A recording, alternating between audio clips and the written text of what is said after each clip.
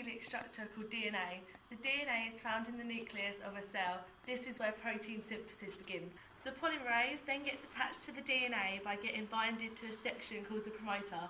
These polymerase is what signals the start of a gene. The helicase also attaches to the DNA.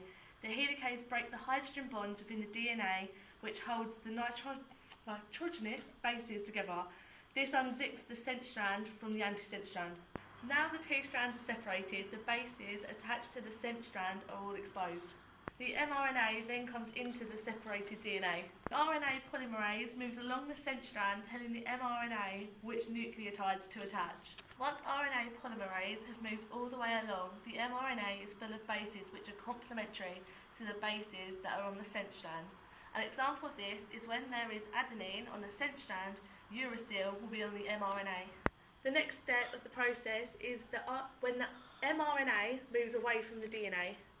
The hydrogen bonds then reform between the bases on the sense strand and the antisense strand. The polymerase and the helicase from earlier then detach themselves from the DNA, allowing the DNA to fold up back into its double helix form. For the next stage of protein synthesis to occur, the mRNA attaches itself to a ribosome. On the mRNA, the bases are split into groups of 3 called codons.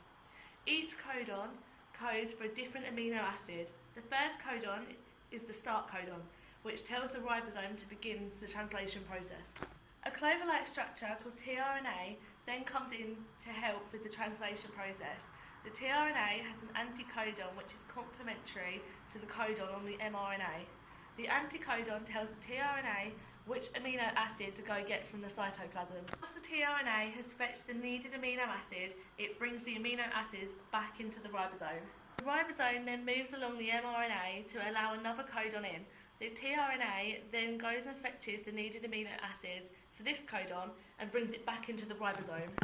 The RNA then creates a bond between the 2 amino acids.